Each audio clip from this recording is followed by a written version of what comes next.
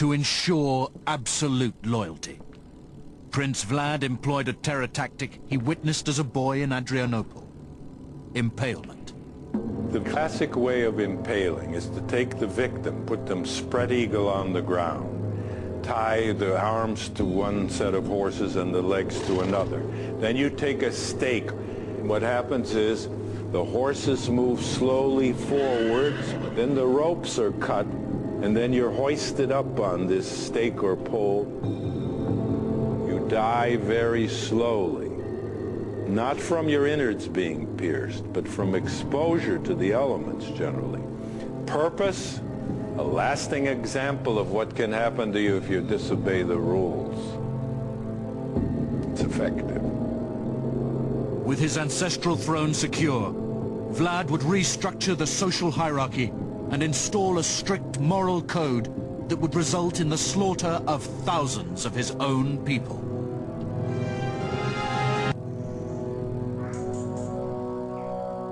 Having established himself as sole sovereign, and with his court cleansed of disloyal noblemen, Vlad turned to restructuring the gentry to create a new nobility, loyal only to him. He got rid of most of the old gentry. There's a noticeable drop in the old families during his reign. What did he do? He replaced them with lower gentry, who'd be beholden to him and more loyal, more trustworthy. And those are the ones he used to carry out his terror tactics of impalement. With his henchmen in place, Vlad's obsession with loyalty and control led him to install a severe moral code, punishable only by death. He was an extreme law and order man, and all the chronicles testify that during his lifetime there was law and order in Wallachia.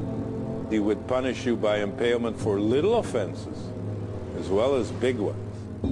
If a woman committed adultery, he had her body skinned and then exposed on the village square as a lesson to adulterous wives. Or if a woman was lazy, he'd have her hands cut off and impaled on the village square as a lesson to lazy wives. And he impaled the old people and the children because they were useless. Naturally, the fear of his wrath kept rebellion down to a minimum. According to peasant tradition, Vlad placed a priceless gold cup in every village square for all the peasantry to admire. Many drank from it, but no one dared steal it. The cup remained in the square throughout Vlad's entire reign as a symbol of his absolute power. What he wanted to do was to establish the fact that he was the absolute ruler, and what better absolute ruler is it than to be godlike? That's what it's all about. God has the power of life and death, and it's indiscriminate, let's face it. That's the essence of terror. Before long, execution was not only administered as a punishment, but became the prince's favorite pastime. Vlad would kill at a whim. Vlad liked to dine amid his impaled victims in his local city, and the stench must have been unbearable throughout the place. He would have the blood gathered in bowls in front of him, and he took bread, dipped it in the blood of his victims, and slurped it down. In fact, one case, a Polish nobleman held his nose. He was there, you know, having dinner with Vlad. And Vlad turned to him and said, "What's the matter with you?" And the fellow said, "My lord, I can't stand the stench of these rotting corpses all around." He said, "Very well, I'll take care of that." And then he had this fellow impaled on a higher stake than the others, and he said, well, now he's up there where the gentle breezes blow, and he doesn't have to worry about the stench down here anymore. People always gathered to watch public executions, so when he did that, he had it refined to a point of perfection. This perverted approach to law and order took the lives of thousands of his fellow Christian citizens and turned the royal capital into a stinking graveyard. Vlad's palace at Târgoviște were surrounded by a high hedge 3 miles in length.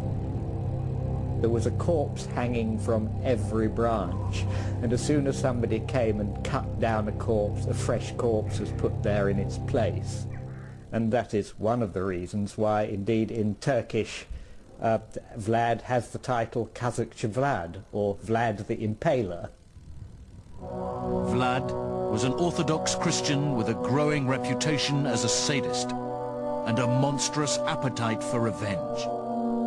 But as long as he fought against the Ottoman Turks, he was accepted in the Catholic center of Christendom. Vlad Dracula was the one who fought and tried to stop the spread of Islam into his own area.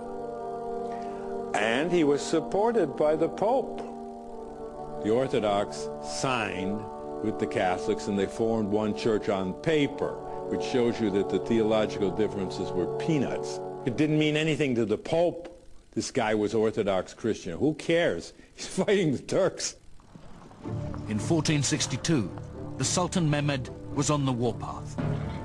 The Wallachian border was lined with Vlad and his army, determined to keep the Turkish enemy out.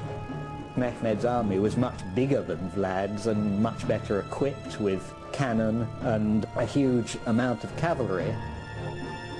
The first obstacle that he encountered was, of course, the river Danube, with Vlad drawn up on the northern bank, just ready to chop his army to pieces as it scrambled up the banks. They advanced slowly and drove Vlad back using their guns. They lost 250 men in this operation. The Sultan sent 2 ambassadors to see Vlad, to negotiate possible settlement. Vlad asked them to remove their caps in his presence, and they said, "Lord, it is our custom never to bare our heads to any person." He said, "Very well, I will confirm you in your custom." So he had his soldiers come out and they took very small nails and they nailed these caps to the heads of these ambassadors. And then Vlad said, "When you come to visit a great ruler such as myself, you better go along with my customs. Go back and tell the Sultan what you have seen." And they did. And the Sultan was enraged and wanted vengeance. With an army 3 times the size of Vlad's, the Sultan advanced and forced Vlad into retreat. Vlad wheeled his forces around, started destroying everything in his path, marched across the Danube and destroyed villages on both sides of the Danube, which means he destroyed his own Romanian villages too. Vlad burned food stores and poisoned wells to slow the invading army. Scorched earth. Brilliant policy. Very, very cruel, but they say an army travels on its stomach. This was especially true in the 15th century. They lived off the land. Well, if you create scorched earth, there's no food around. Vlad the Impaler raced back to the capital and with sadistic delight watched the invading army approach.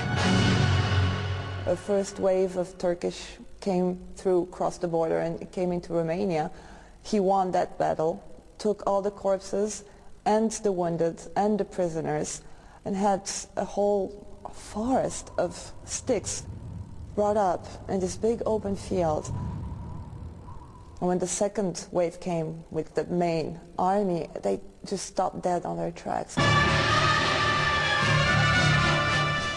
And so this forest of bleeding, agonizing bodies on sticks. And it was just a big, huge forest of dead bodies. 20,000, over 23,000 some odd. It was a deliberate attempt to frighten the Sultan. And when the Sultan saw this, he said, "What can you do against a man who does such terrible things?" It was just so barbarous, so atrocious that even for them, they couldn't stand it. They just turned around and fled. His brother Radu was the only man ambitious enough to cross this barricade of death and follow the Impaler Prince all the way to his mountain retreat.